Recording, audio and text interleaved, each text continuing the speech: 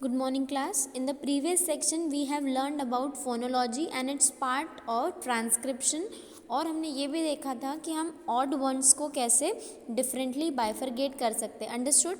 लेकिन अब हमने यहाँ पर CV का हम स्ट्रक्चर पढ़ेंगे, ठीक है। वीक से हमारा मतलब है कि सारे वॉवल्स जो भी होते हैं हमारे अल्फ़ाबेट्स में AEIOU, जहाँ पर भी आपको वॉवल्स दिख रहे हैं आप V लिखेंगे और जहाँ पर भी आपको रिमेनिंग कॉन्सोनेंट्स दिख रहे हैं वहाँ पर आप C लिखेंगे, ठीक है। जैसे कि यहाँ पर मोनोसिलेबिक, मोनो का मतलब सिंगल होता है, डाइसिलेबिक मतलब टू होता है, ट्राइसिलेबिक मतलब थ्री, ठीक है। और थ्री से ज़्यादा जो भी वर्ड्स होंगे हम उसके लिए भी CV का स्ट्रक्चर उसके लिए बड़ा वाला CV का स्ट्रक्चर होता है, ठीक है। पहले हम मोनोसिलेबिक का देखते हैं। मोनो मतलब जिसमें हमको बाइफरगेट नहीं करना पड़ता है ना, जैसे सिलेबल को हम डिवाइड नहीं कर सकते, क्योंकि जैसे HAT हैट, अब आप इसमें क्या डिवाइड करेंगे, कुछ नहीं, तो ये क्या हो गया, सिंगल सिलेबिक। इसमें आप कुछ भी डिवाइड नहीं कर रहे हैं। जैसे डिपार्टमेंट में आपने 4 बार डिवाइड किया था, पार्ट्स में डिवाइड किया था, एग्जामिनेशन में आपने 5 टाइम्स डिवाइड किया था, रिकॉग्निशन में आपने 4 टाइम्स डिवाइड किया था, लेकिन आप मोनोसिलेबिक में किसी भी वर्ड को डिवाइड नहीं कर सकते हो, ठीक है। तो इसका स्ट्रक्चर क्या होगा, CVC, क्योंकि C क्यों, H क्या है कॉन्सोनेंट, A क्या है वॉवल, और तो इसलिए आपने V लिखा है, और T क्या है कॉन्सोनेंट, तो आपने C लिखा है। इसे हम कहते हैं CVC का structure, understood. It is very easy, जहाँ पर आपको कॉन्सोनेंट दिख रहा है वहाँ पर आप C लिख देंगे, और उसी के नीचे वहीं पर आपको अगर वॉवल दिख रहा है तो आप क्या लिख देंगे, V, अंडरस्टूड। अब देखिए इसमें एक चीज़ होती है I, तो I क्या है, वॉवल है, तो आपने सिंपली उसको V लिखा है।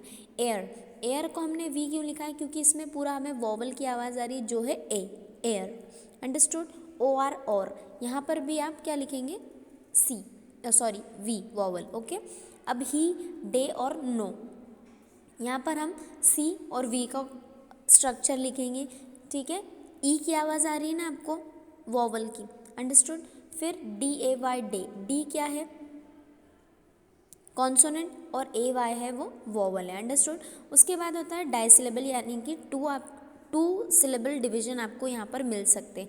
अबाउट में A अलग हो जाएगा और बाकी का बाउट अलग हो जाएगा। तो A मतलब क्या है, वॉवल, तो आप V लिखेंगे, फिर बाउट तो CVC उसके लिए स्ट्रक्चर लिखेंगे। स्टडी तो STU अलग और DY अलग, तो CCV है ना। S और T क्या हो गया आपका कॉन्सोनेंट, फिर U हो गया आपका वॉवल, फिर आप डैश लगाएंगे क्योंकि ये डाइसिलेबिक, क्योंकि आप इसको डिवाइड कर रहे हो स्टडी को 2 पार्ट्स में, इसलिए आपने इसको डाइसिलेबल कहा है। और आप जहाँ डिवाइड करते हैं वहाँ पर छोटा सा डैश लगाते हैं और उसके फॉर्मेट में CVC का स्ट्रक्चर लिखते हैं। Getting my point. उसके बाद आपका है ट्राइसिलेबिक। ट्राइसिलेबिक में जब आप 3 बार उस वर्ड को डिवाइड कर सकते हैं, ठीक है। आपने सिलेबल, नंबर ऑफ सिलेबल लिखा था ना आपने। मजिस्ट्रेट, मजिस्ट्रेट को आपने 3 टाइम्स डिवाइड किया है, तो MA हो गया, M हो गया आपका कॉन्सोनेंट और A हो गया आपका वॉवल, तो आपने CV लिखा है।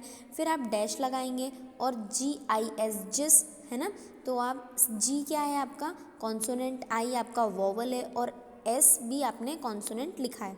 फिर आपने वापस से डैश लगाएंगे क्योंकि ट्रेट को आपने फिर डिवाइड किया है।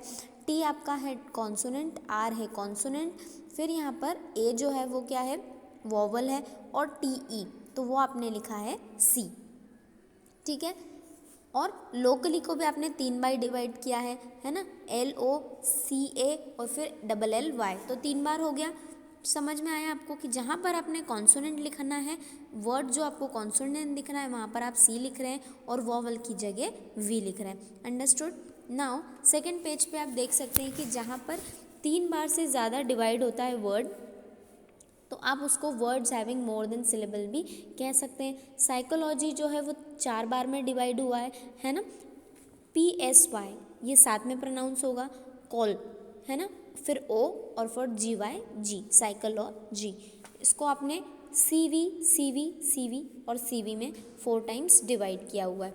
फिर आता है आपका ब्रिलियंटली, ब्रिलियंटली को भी आपने 4 टाइम 1 2 3 4 टाइम्स डिवाइड किया है ना। और जहाँ पर आपको कॉन्सोनेंट दिखेगा आप C लिख देंगे, जहाँ पर आपको वॉवल दिखेगा आप डायरेक्टली V लिख देंगे, ठीक है। और उसी के बाद है दूसरे कॉन्सोनेंट्स होते हैं। कॉटन है तो यहाँ पर आपने CV और फिर आपने डैश लगाकर फिर CV लिखना है, ठीक है।